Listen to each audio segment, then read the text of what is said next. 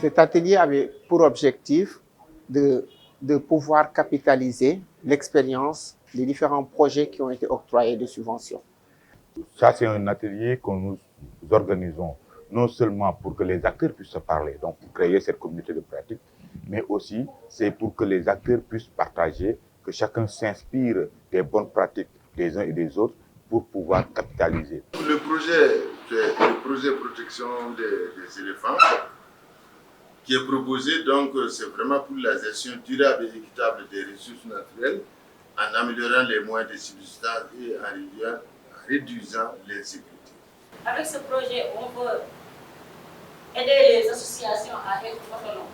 Donc on ne pouvait pas continuer à acheter les ruches qui coûtent à 40 000 francs. Donc on a fait une formation sur la construction des ruches, dont la majorité étaient des femmes. On a eu à faire 75 ruches en 6 mois, ça c'est des ruches kenyans. Je voudrais revenir un peu sur la présentation de, je crois, c'est Conway. Bon, où vraiment, je pensais avoir un certain nombre de leçons, mais plutôt, bon, il s'est beaucoup attardé sur les différentes difficultés. Oui, il y a eu des difficultés, mais comment vous avez pu faire pour les surmonter et arriver, n'est-ce pas, à un certain nombre de résultats? C'est ça qui va nous intéresser, pour que demain aussi nous puissions aussi partager un certain nombre d'expériences. Il y a nécessité que l'on converse, que l'on échange ce genre de pratiques d'un pays à un autre.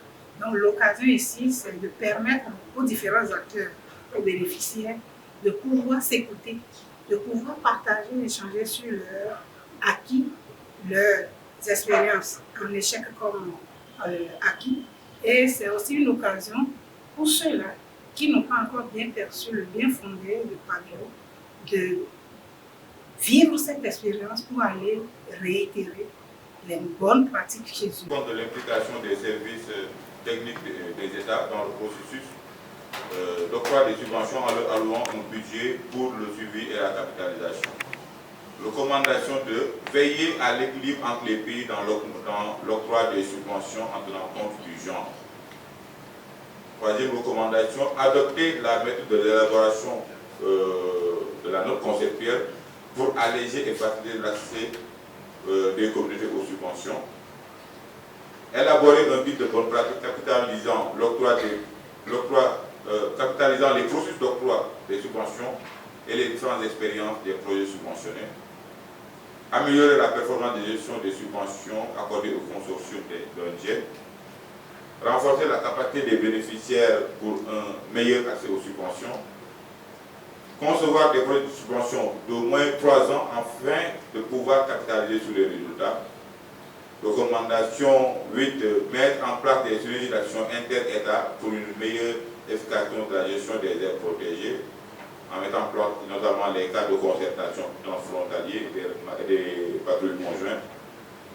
Et enfin, alléger le processus de mise à disposition des fonds pour faciliter la mise en œuvre des projets de subvention dans les délais.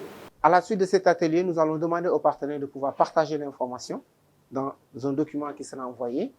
Et à partir de là, le projet va vraiment travailler à pouvoir mettre tous ces éléments ensemble pour pouvoir ressortir des documents, aussi bien vidéo que des documents, peut-être faire des notes politiques et préparer des documents pour aller à la fin du projet, qu'on puisse vraiment montrer aux bailleurs, montrer à la communauté de l'Union européenne que l'argent qui a été mis à la disposition du projet PAC Bio a permis de réaliser beaucoup d'activités, a permis aux communautés de sortir de la pauvreté parce qu'ils ont des activités qu'ils mettent en œuvre.